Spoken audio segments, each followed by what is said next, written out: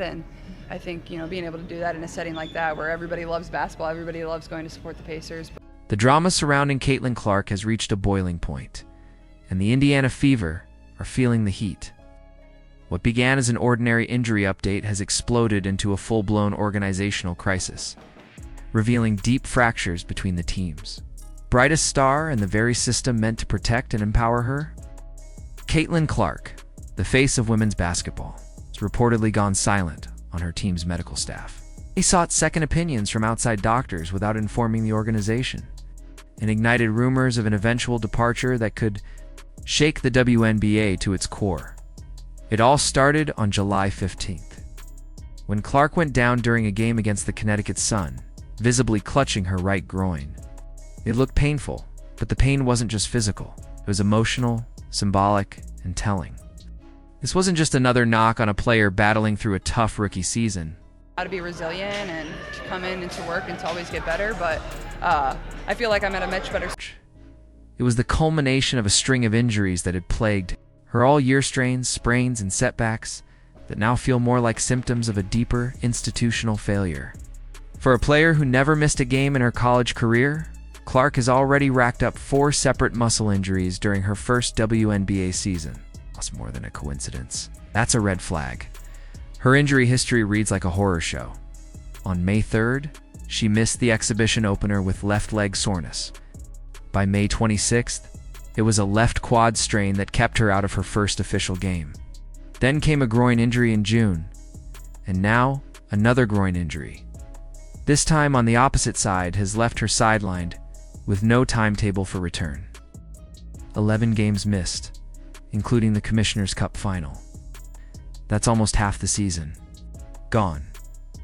Not to mention, these are not high-impact injuries from bad luck collisions. These are soft tissue injuries. I'm just really excited. I'm lucky to be here and to have been drafted here last year and for this. Preventable with proper care and conditioning, or at least they should be. The signs were always there if you knew where to look. Reports say that before Clark's return from her quad injury, she hadn't even gone through full practices. One full speed practice, that's all she got before stepping back onto the court.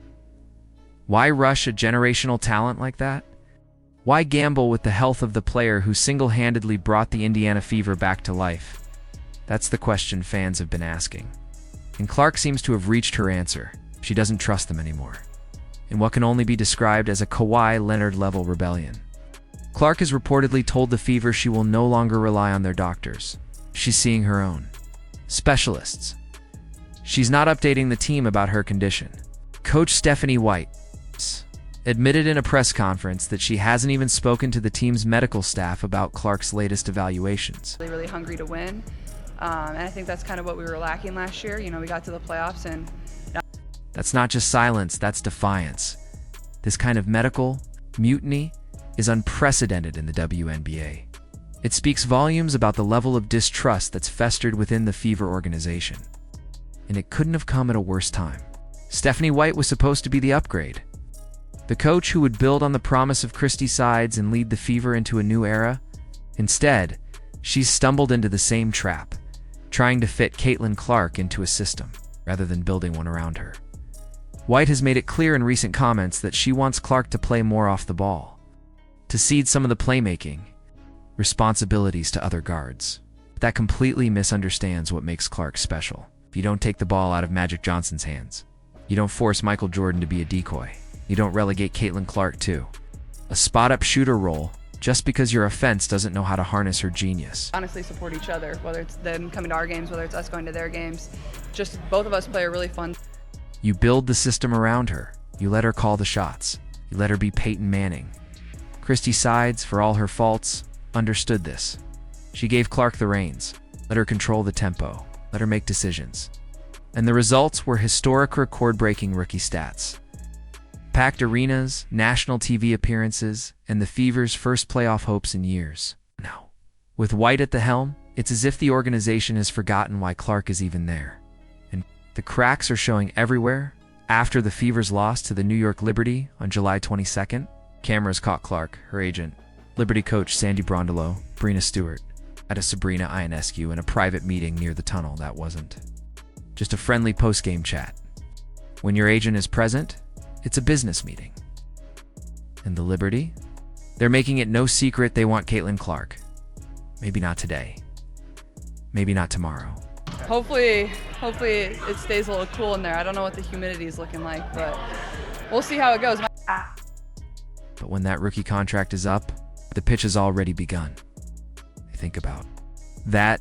While the Fever are fumbling with injury timelines and trying to remake Clark into something she's not, other teams are already preparing their red carpet. Teams like the Liberty, who have the infrastructure, the coaching, and the roster to actually support a superstar like Clark. They're not trying to change her. They're trying to complement her. And most importantly, they know how to protect their stars, both on the court and off. Clark's current approach, ghosting the team's medical staff, seeing outside specialists, refusing to disclose updates, isn't just about injury, it's about power. It's a statement. She's telling the world that she will not be mismanaged, that her body, her brand, and her career Win for them, and they deserve it, and they've been great, and they will continue to be great too. are too valuable to be entrusted to an organization that treats her like an interchangeable part. And who can blame her? Let's not pretend this is all just about health either. The Fever's struggles go deeper than the training room. Clark has been targeted on the court all season: hard fouls, cheap shots, and rough defensive assignments. And time after time, the officiating lets it slide. The team offers vague statements. The coach stays silent. There's been little accountability, and even less protection. Now combine that with a medical team that can't keep her on the court, a coaching staff that wants to take the ball out of her hands. That's a recipe for disaster. That's how stars leave franchises. It starts with trust. And when trust is broken, it rarely gets repaired. The truth that Fever fans don't want to hear is this: Caitlin Clark doesn't owe Indiana anything. She's already made them relevant again. She's brought them millions in revenue, national attention, and playoff hope. She's filled every arena she's played in. And in return, she's gotten injury after injury, conflicting rehab plans, and a coach who doesn't seem to get her. That's not a partnership. It's exploitation. Every day Clark spends away from the court is a missed opportunity. These are supposed to be her prime years. She's 23 years old, in peak condition, ready to lead a franchise to greatness. Instead, she's watching from the sidelines, wondering if she'd be healthy enough to trust this organization ever again. The writing is on the wall. You can see it in her eyes after the injury, in the towel covering her face, her decision to disappear from the team's injury reports and into the hands of her own people. You can see it in the quiet conversations with Liberty stars, the whispers between agents and coaches. Caitlin Clark is not just a player, she's a movement. And movements don't wait around for teams that don't understand them. The Indiana Fever have two choices. They can either wake up, realize the gold mine they're sitting on, and do whatever it takes to earn back Clark's trust. That means overhauling their medical staff. It means handing the offense to Clark, not adjusting her to the offense. That means building around her, not in spite of her. Or they can keep pushing her away, keep dismissing injuries, keep experimenting with coaching schemes, and watch the best thing that's ever happened to their franchise walk out the door. Because here's what happens next. First, the silence. Then, the second opinions. Then, the agents start talking to other teams. Then come the cryptic interviews, the frustrations that leak out, and finally the departure. Caitlin Clark's silence right now is louder than any press conference. She's making her statement through action, and the clock is ticking. Let us know what you think, Caitlin Clark. Right to take control of her own medical care. Is the Indiana Fever ruining the greatest rookie season in WNBA history? Drop your thoughts in the comments below, and don't